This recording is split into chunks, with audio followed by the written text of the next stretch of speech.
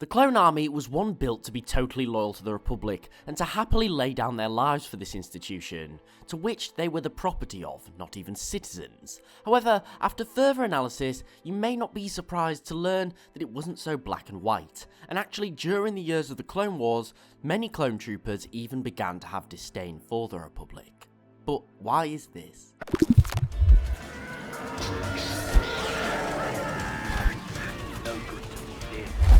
Now, the Clone Wars only lasted 3 years, and in this video we're going to be talking about how the soldiers of the Republic went from bright-faced shinies to hardened veterans, and how their perceptions of what they were fighting for changed over this time. Now, the clones were created on Kamino, and as we know, they were subject to advanced aging processes. Now, being born and raised on Kamino meant the clones were very sheltered. They were raised to be soldiers and to follow orders, and with nothing else to catch their interest or fill their times, that's what they became obsessed with. The only thing they knew they wanted to be, the best soldier possible. They weren't really aware of war and death and loss. They knew that their one purpose was to defend the Republic. Now, I want you to put yourself in the position of one of these clones. You've been told that you're going to be the saviour of an ideal civilization, defending the innocent from a malignant threat. Essentially, you are a hero of a perfect galaxy.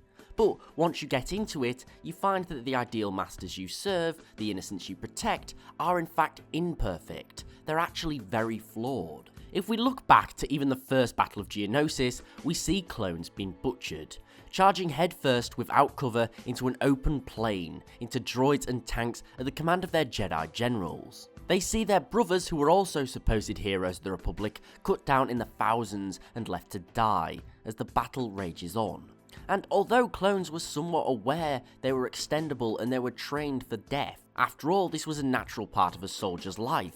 Seeing thousands of copies of yourself die and no one even bat an eyelid, that's going to alter your perception of this force for good that you thought that you were serving. And although many commanders did care about their troops and many were thankful for their help, many weren't. Some generals didn't care about casualties, hell, some even downright hated clones such as Pong Krell. And for a matter of fact, when did you ever see anyone thank a clone, or show one respect, or genuinely show grief for their death?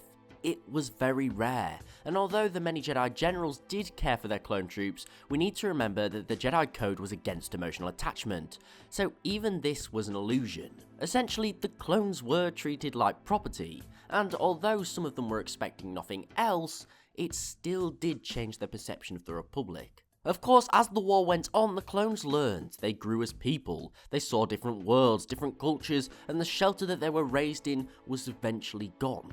They grew emotional attachments to others, objects, and activities. The people who they fought alongside with became their friends, their enemies. People became people, not just an enemy or an ally. I personally believe that the Republic, or at the very least the Kaminoans, were aware of how dangerous it was for the clones to start thinking for themselves. If the clones became self-aware and they sort of realised that they were nothing more than meat to be used in someone else's war and actually contemplate this, then it could cause great amounts of problems for both the Kaminoans and the Republic.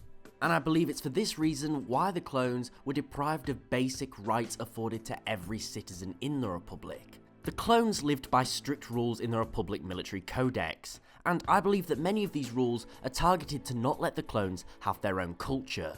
Remember, during the Battle of Christosis, the clone trooper Chopper made a necklace from a battle droid's fingers. Now at first this may just seem like a very depraved and interestingly weird thing to do, but it was very frowned upon by the Republic Military Codex. And I think this is because a clone had created something, art, and this is bad for the Republic and Kaminoans. Soldiers with their own minds and cultures can form their own opinions, their own beliefs, and this was not what the Republic wanted. They wanted blind obedience.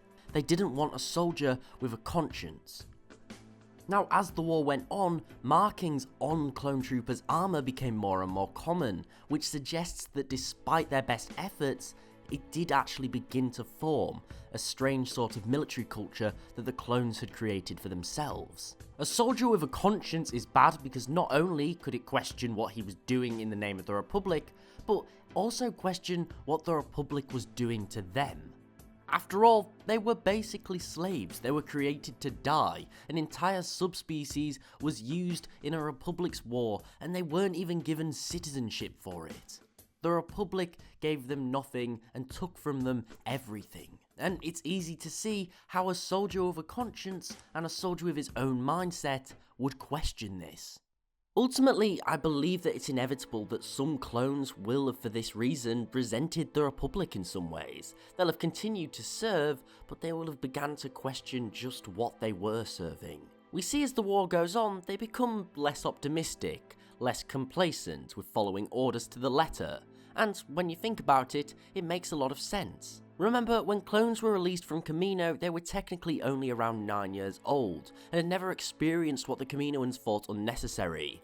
And once they'd actually seen the different parts of the galaxy and experienced different things, joy, happiness, anger, then following orders blindly, it just doesn't sound very appealing. But what do you think? Could the clones really have resented the Republic, or do you believe it's impossible?